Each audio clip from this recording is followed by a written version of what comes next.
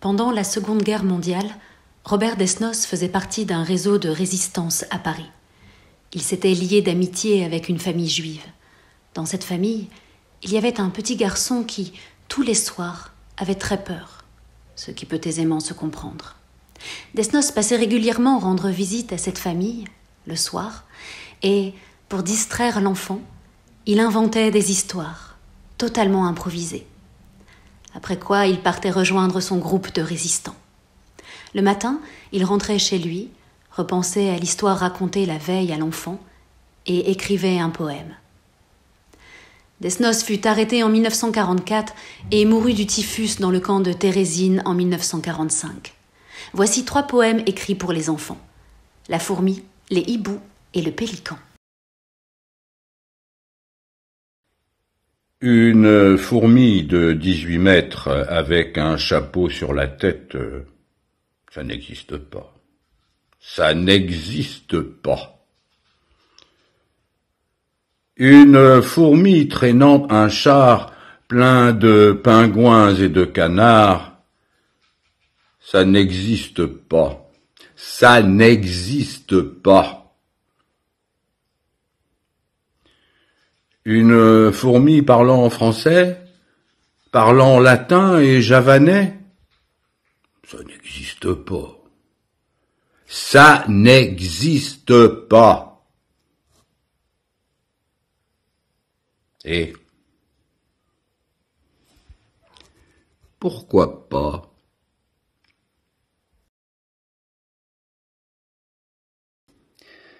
Ce sont les mères des hiboux qui désiraient chercher l'époux de leurs enfants, leurs petits choux, en les tenant sur les genoux. Leurs yeux d'or valent des bijoux.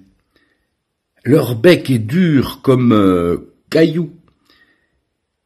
Ils sont doux comme des joujoux. Mais, ô hibou, point de genoux. Votre histoire se passait où? Chez les Zoulous, les Andalous, ou dans la cabane bambou, à Moscou ou à Tombouctou, en Anjou ou dans le Poitou, au Pérou, ou chez les Mandchous.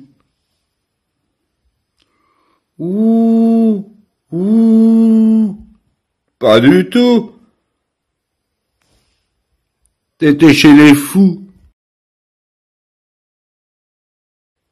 Le capitaine Jonathan, étant âgé de 18 ans, capture un jour un pélican dans une île d'Extrême-Orient.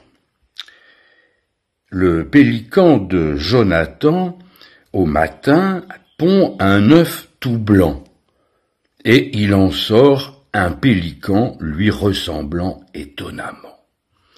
Et ce deuxième pélican pond à son tour un œuf tout blanc, d'où sort inévitablement un autre qui en fait autant.